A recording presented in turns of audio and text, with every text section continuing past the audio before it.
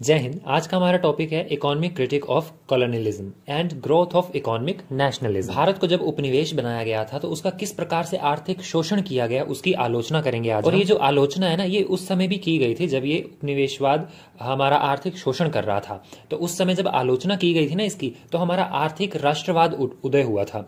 तो आर्थिक राष्ट्रवाद जो है वो किस तरह से उदय हुआ, इसको भी आज हम जानेंगे। अंग्रेजों ने भारत का शोषण करने के लिए ना धन की निकासी का सिद्धांत अपनाया था। धन की निकासी का सिद्धांत क्या होता है, तो सरल शब्दों में समझिए कि भारत का धन ब्रिटेन पहुंचा दिया जा रहा था किसी न किसी तरीके से, या फिर किसी फौजियों को तनख्वाह देने के नाम पर, या फिर व्यापार करने के नाम पर, तो या फिर लोन चुकाने के नाम पर। तो अलग अलग बहाने बनाकर भारत का जो धन था ना, हमसे लूटा गया कर के नाम पर, और दूसरी तरह से लूट की गई।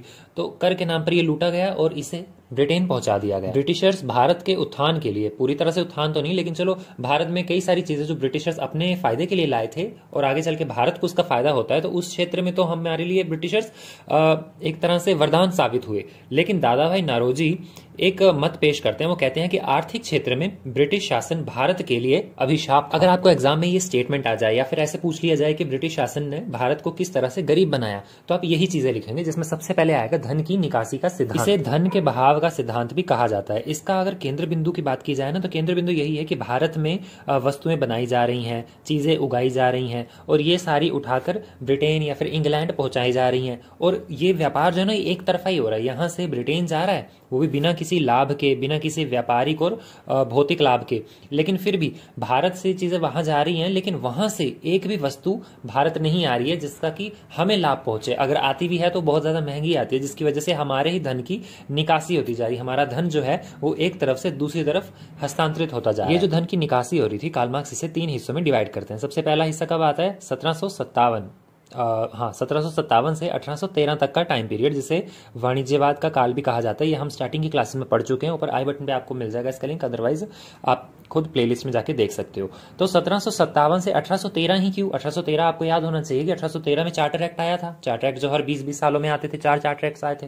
तो 1813 में जो चार्टर एक्ट आया था ना, इससे पहले वाले जो चार्टर एक्ट में ईस्ट इंडिया कंपनी को एकाधिकार मिला हुआ था, व्यापार का मोनोपोली थी उसकी, कि वही व्यापार कर सकती है और किसी को राइट नहीं था। लेकिन 1813 में इस मोनोपोली को हटा दिया जाता है, और बाकी जो क्या बोलते हैं, स्वतंत्र व्यापारी थे ना, इंडिपेंडेंट ट्रेडर्स, उनको भी ये मौका मिल जाता है ट्रेड करने का ब्रिटेन के साथ या फिर कहीं और के साथ। तो ये चीज थी। तो इसके बाद दूसरा टाइम पीरियड कब आता है? दूसरा टाइम पीरियड में ये डिवाइड करते हैं 1813 से 1858 तक का टाइम पीरियड। 58 क्यों? 1858 में ना एक और नया कानून आ जाता है। 1857 में तो क्रांति होती है, उसके बाद से एक नया कानून पेश कर दिया जाता है। तो इस समय 1813 से लेकर 1858 तक के समय में स्वतंत्र व्यापारी आ चुके थे। तो स्वतंत्र व्यापारियों ने भी अब भारत का शोषण करना आरंभ कर दिया। और इसी दौरान ब्रिटिशर्स पहले कच्चा माल लेकर भारत से ब्रिटेन पहुंचाते थे, लेकिन अब उन्होंने क्या किया, कच्चे माल की जो मांग है उसको बढ़ा दिया। जबरदस्ती कच्चा माल उगवाया जा रहा है, कॉटन उगवाया जा रहा है या फिर नील उगवाया जा रहा है। और इसी के साथ उन्होंने यहां पर भी उसे कन्वर्ट करना, प्रोसेस करना शुरू कर दिया। मतलब यहां पर भी धीरे धीरे फैक्ट्रीज खोलनी आरंभ हो गई थी। इसीलिए ये वाला टाइम पीरियड जो है ना, ये और ज्यादा घातक सिद्ध हुआ इंडिया के लिए। इसके बाद तीसरा टाइम पीरियड आता है 1858 से लेकर अब तक का। तो 1858 यानी कि उस समय क्राउन आ चुका है। क्राउन ने कुछ चेंजेस किए थे, तो क्राउन ने चेंजेस किए और थोड़ा सा भारत को विकसित करने का प्रयास किया। एक्चुअल विकसित तो नहीं किया, लेकिन उसमें चीजें क्या ऐड की गई कि बैंकों को ऐड कर दिया गया, आयात निर्यात जो हो रहा था उसके लिए कंपनियां खोल दी गई। इसी के साथ एजेंसी हाउसिंग्स जो होते हैं, एजेंसियां खोल दी गई थी। तो अब इनके द्वारा हम क्या कर रहे हैं, अपना धन बैंकों में रख रहे हैं और फिर बैंक से डायरेक्ट ब्रिटेन पहुंचा दिया जा रहा है। तो वही बात आ गई, बस अब लूटने के लिए व्यापारियों के साथ साथ ऑफिशियल कंपनियां भी स्थापित हो चुकी थी। पहले चरण में धन की निकासी हो रही थी, दूसरे चरण में भी धन की निकासी हो रही थी, और तीसरे चरण में भी धन की निकासी ही हो रही थी। बस इनका थोड़ा थोड़ा स्वरूप नहीं बदला, इनका थोड़ा सा तरीका बदलता जा रहा है और ज्यादा लोगों को इसमें ऐड किया जा रहा है, ताकि ज्यादा क्वांटिटी में धन यहां से ले जाकर ब्रिटेन में पहुंचा दिया जाए। जब ब्रिटिशर्स ने बंगाल की दीवानी प्राप्त की थी ना, उस समय कंपनी के पास सिर्फ थोड़ा बहुत ही व्यापार था, यानी कि वो इंडिया से चीजें ले जाते, मतलब वस्तुएं खरीदते थे, हमें पैसे देते थे।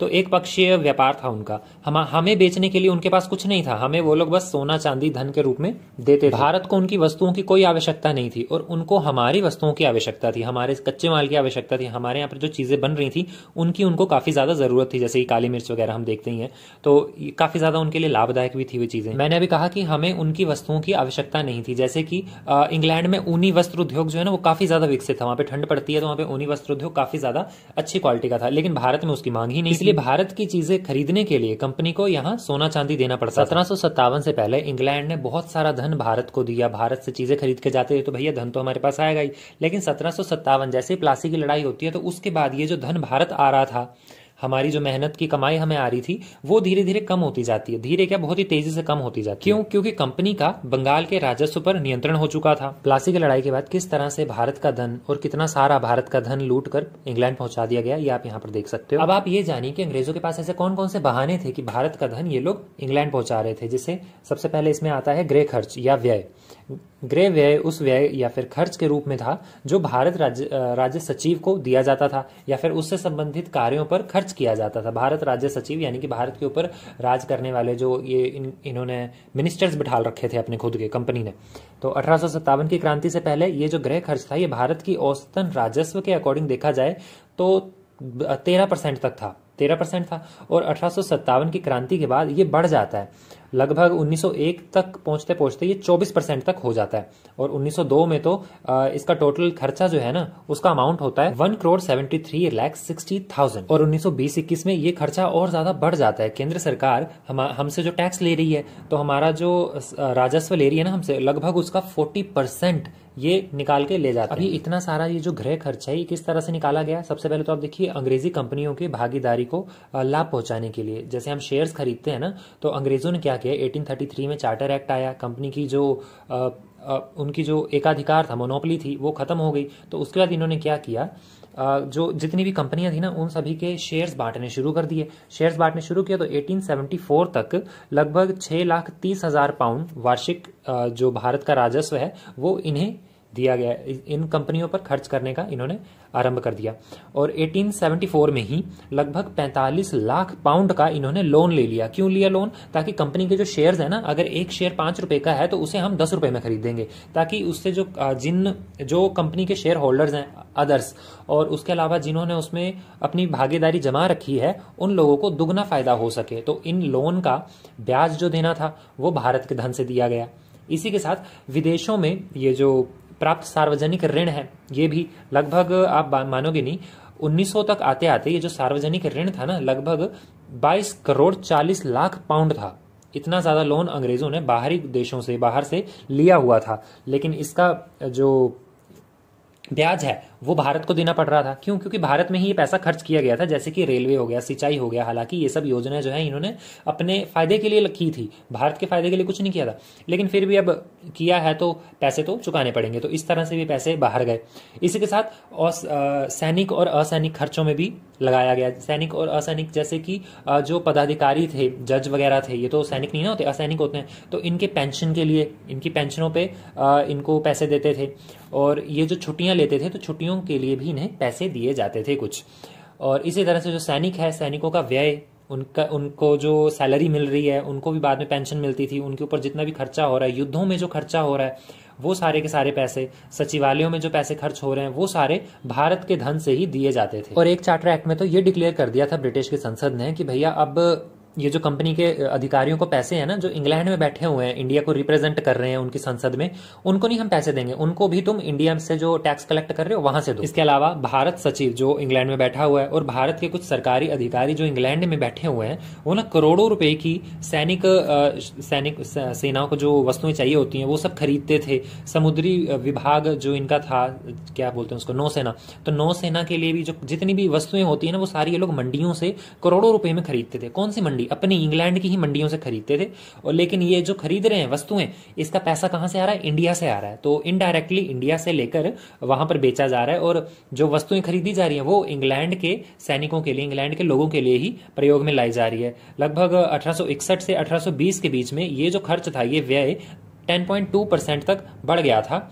भारत के राजस्व से। सेकंड पॉइंट में आप देख सकते हो कि कैसे इंश्योरेंस कंपनियों पर पैसा खर्चा किया गया, विदेशी बैंकों में इन पैसों को सेव करके रखा गया तो वहां से ब्याज खाया जा रहा है। तो हर प्रकार से भारत का धन जो है वो इंग्लैंड पहुंचाने का प्रयास किया गया। तीसरा तरीका था अंग्रेजों के पास कि विदेशी पूंजी जो हमने भारत में निवेश की थी उसका ब्याज देने में, जितनी पूंजी निवेश की है इससे ज्यादा हम ब्याज दे दें ताकि बाहर चला जाए। इनकी खुद की ही छोटी मोटी कंपनियां होती थी जो इन्हें लोन देती थी, बाद में उन्हीं कंपनियों को फायदा देने के लिए ये लोग लोन देने में देरी करते थे जिससे कि भारत का ज्यादा पैसा ब्याज के रूप में वहां पहुंचाया जा सके और इनडायरेक्टली इन्हीं की कंपनी है वो, तो इन्हें फायदा हो सके। तो ये था धन निकालने का सिद्धांत और उसके कुछ तरीके। अब हम बात कर लेते हैं कि धन निकालने का जो सिद्धांत है इसने भारत पर क्या नुकसान किया, भारत की आर्थिक स्थिति को किस तरह से पिछड़ा किया, या फिर हम ये कहें कि इसकी आलोचना करनी है सिद्धांत की।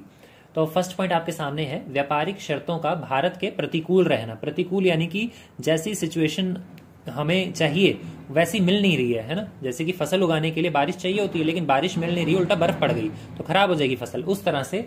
तो व्यापारिक शर्तें कैसी थी अंग्रेजों की, अंग्रेजों ने भारत के व्यापारी जो थे उन पर इस तरह के कानून लाद दिए कि आप ज्यादा महंगी वस्तु बेच ही नहीं सकते, आपको जितनी भी आपने मेहनत की है इस चीज पे आपको सस्ते में ये बेचना पड़ेगा और बदले में हमारा जो माल बाहर से आ रहा है ना इंग्लैंड से वो आपको महंगे में खरीदना पड़ेगा। तो इससे क्या हुआ, भारत के उद्योग धंधे जो हैं उन पर निवेश करने के लिए भारतीय उद्योगपतियों के पास या फिर व्यापारियों के पास पैसा ही नहीं बचा। भारतीय व्यापारियों को मजबूरन विदेशी व्यापारी और उनके जो एजेंट होते थे उनके हाथों अपने बहुमूल्य वस्तुओं को सस्ते दामों पर बेचना पड़ता था। सेकंड पॉइंट है तकनीकी ज्ञान का निर्गम यानी कि अभाव। भारतीयों के पास तकनीकी ज्ञान का अभाव था, ऊपर से इतना सारा धन जो भारत से कमाया जा रहा था वो सारा विदेशों में चला गया। अगर वो भारत में लगाया होता तो भारत की तकनीकी प्रगति हुई होती, लेकिन ऐसा नहीं हो पाया। ये जो धन निकासी का सिद्धांत था इसकी वजह से भारत को और ज्यादा लूटा गया और उसे और ज्यादा पिछड़ा बना दिया गया और इसके अलावा भारत के जो कुटीर उद्योग थे उन्हें भी नष्ट कर दिया गया। थर्ड पॉइंट है करों का बोझ। ये जो धन निकासी का सिद्धांत था इसकी वजह से ये लोग सारा धन बाहर ले गए, भारत में तो धन ही नहीं बचा कि भैया बंदा अगर कमा रहा है अपनी फसल बेच रहा है तो उसके पास धन आएगा और फिर धन को ये क्या बोलते हैं उसमें कर के रूप में चुकाएगा। भारत का धन बाहर ले जाने के कारण भारतीय अर्थव्यवस्था विकसित नहीं हो पाई, बिल्कुल चरमरा गई। और दूसरी तरफ जो गरीबी थी, गरीबी बेकारी इन सब की समस्याएं काफी ज्यादा गंभीर हो गई। इसी के साथ साथ आगे चलकर आर्थिक विकास के जो कार्य थे वो भी काफी मुश्किल हो गए और आर्थिक समस्याओं की वजह से ही आगे चलकर भारत में सामाजिक और राजनीतिक दुर्बलता भी देखने को मिलती है। नेक्स्ट पॉइंट है पूंजी का संचय ना हो पाना और देश की गरीबी का बढ़ना। ऑब्वियसली जब आपके पास धन ही नहीं होगा तो गरीबी तो बढ़ेगी। आर्थिक संसाधनों का ये जो दोहन हो रहा था इसके चलते पूंजी के संचय को गहरा धक्का लगा और देश की गरीबी लगातार बढ़ती चली गई। देश का जो ऋण होता है वो बहुत ज्यादा बढ़ गया। अगर हालांकि ऋण लिया तो अंग्रेजों ने था, उसका लोन भी और जो ब्याज होता है वो भी अंग्रेजों ने चुकाना था, लेकिन वो भारतीयों के सिर पर लाद दिया उसे, जिसकी वजह से हमारे जो आर्थिक संसाधन हैं वो विदेशी नौकरशाही के अधीन चले गए और ये जो जितना भी खर्चा था ये सारा भारतीयों पर लाद दिया। इसी प्रकार ये जो पूंजी होती है इसका प्रवाह या फिर हम बोलें कि निर्गम, तो ये भारतीयों के हेतु कहा गया था कि ऐसा भारतीयों के हेतु किया जा रहा है, लेकिन भारतीयों का इसमें कोई भी हित नहीं था। अंग्रेजों ने अपना फायदा देखा था इन सभी पूंजी को जो इंडिया में इन्वेस्ट भी किए थे थोड़ी। अगर धन भारत में ही रहता तो भारतीय लोग उसको सेव करते, उसको इन्वेस्ट करते और उससे ग्रो करते, लेकिन ऐसा हुआ नहीं। धन सारा के सारा बाहर ले गए जिसकी वजह से इंडिया जो है आर्थिक रूप से काफी ज्यादा कमजोर हो गया और पूंजीकरण भारत का जो था वो असंभव हो गया भविष्य में आने वाली पीढ़ियों के लिए। नेक्स्ट पॉइंट था मतलब नेक्स्ट आलोचना है नैतिक निर्गम को जन्म। अंग्रेज भारत का पैसा तो इंग्लैंड ले ही गए, नैतिकता भी इंग्लैंड ले गए। आई मीन टू से जो नैतिकता थी ना वो सिर्फ अंग्रेजों के प्रति थी उनकी। उन्होंने ज्यादा से ज्यादा अंग्रेजों को भारत में लाया, उनको नौकरियां दी ताकि भारतीयों को नौकरियां ना मिल जाए, क्योंकि भारतीयों को नौकरियां मिलेंगी तो इनको धन मिलेगा, तो फिर ये थोड़ा मुश्किल हो जाएगा अंग्रेजों के लिए। तो उन्होंने अंग्रेजी लोगों को भारत में बुलाया, यहाँ पर उन्हें नौकरियां दी और उन्हें पूंजी प्राप्त होने में सहायता की। तो जब उनके पास पूंजी चली गई तो इंडियंस के पास तो पूंजी बची नहीं थी, वो विकास कैसे करेंगे, है ना। नौकरियां नहीं बची तो भारतीय लोगों के पास नौकरियां नहीं थी, धन जो है वो अंग्रेजों के हाथ में लग गया, भारतीयों को धन भी प्राप्त नहीं हो पाया, नौकरियां भी प्राप्त नहीं हो पाई। इसी के साथ जो अंग्रेजी अधिकारी होते थे, जो टेक्नीशियंस होते थे, ऊंचे ऊंचे पदों पर नियुक्त होते थे, वो जब इंग्लैंड लौटते थे ना रिटायर होकर, तो वो अपने साथ केवल धन ही नहीं ले जाते थे, वो राजनीतिक शक्ति लेकर जाते थे, प्रशासनिक नॉलेज लेकर जाते थे और तकनीकी अनुभव तो उनके पास था ही। छठा नुकसान भारत को क्या उठाना पड़ा, विदेशी पूंजी का प्रवेश और देश का शोषण। भारत से इन लोगों ने पहले टैक्स कलेक्ट किया, दीवानी राइट्स प्राप्त कर लिए थे इन्होंने, वो धन इंग्लैंड ले गए। बाद में वही धन विदेशी बन गया तो वो भारत में वापस आया, लेकिन विदेशी धन के रूप में, विदेशी पूंजी के रूप में भारत में इन्वेस्ट किया गया। बाद में फिर उसका ब्याज देना है उसको, मतलब उसके ऊपर इंटरेस्ट जो रिटर्न करना है, उसके नाम पर भारत का ही और धन वहां वापस पहुंचाया गया। मतलब भारत से जो धन इंग्लैंड पहुंचा वह धन वापस विदेशी पूंजी बनकर इंडिया में ही लग गया और इंडिया से ही वापस फिर से लौटकर वो इंग्लैंड में पहुंच गया। तो इंडिया का शोषण इसी प्रकार से करते गए ये लोग। इस प्रकार भारत की पूंजी एक दरवाजे से निकलकर इंग्लैंड में गई और दूसरे दरवाजे से विदेशी पूंजी के रूप में वापस भारत। लास्ट पॉइंट है देश के औद्योगिकरण के लिए आर्थिक संसाधनों का अभाव। अब सारा धन तो भारत से उठाकर इंग्लैंड ले गए, जिसकी वजह से भारत के पास धन ही नहीं बचा जो वो अपने औद्योगिक क्षेत्र में इन्वेस्ट कर सके। अब इसकी वजह से क्या हुआ, औद्योगिकरण में बाधा पड़ गई। इंडिया के वेल्थ से ब्रिटेन की इंडस्ट्रीज काफी ज्यादा डेवलप हुई। उनके द्वारा निर्मित वस्तुओं को भारतीय बाजारों में लाया जाता था और अच्छी कीमतों पर बेचा जाता है, जिसकी वजह से उनकी औद्योगिक क्षमता काफी अच्छी हो गई और हमारी औद्योगिक क्षमता पर काफी ज्यादा आघात पहुंचा। अंग्रेजी सरकार की यही नीति थी जिसकी वजह से भारत में औपनिवेशीकरण नहीं हो पाया, औद्योगिकरण नहीं हो पाया और इसकी वजह से ये जो हमारी पूंजी थी ये सारी की सारी खत्म हो गई। तो यही था हमारा आज का टॉपिक। आई होप आपको समझ में आया होगा। छोटा सा ही टॉपिक था, काफी ईजी सा था, क्लियर हो गया होगा। तो मिलते हैं नेक्स्ट क्लास में। जय हिंद।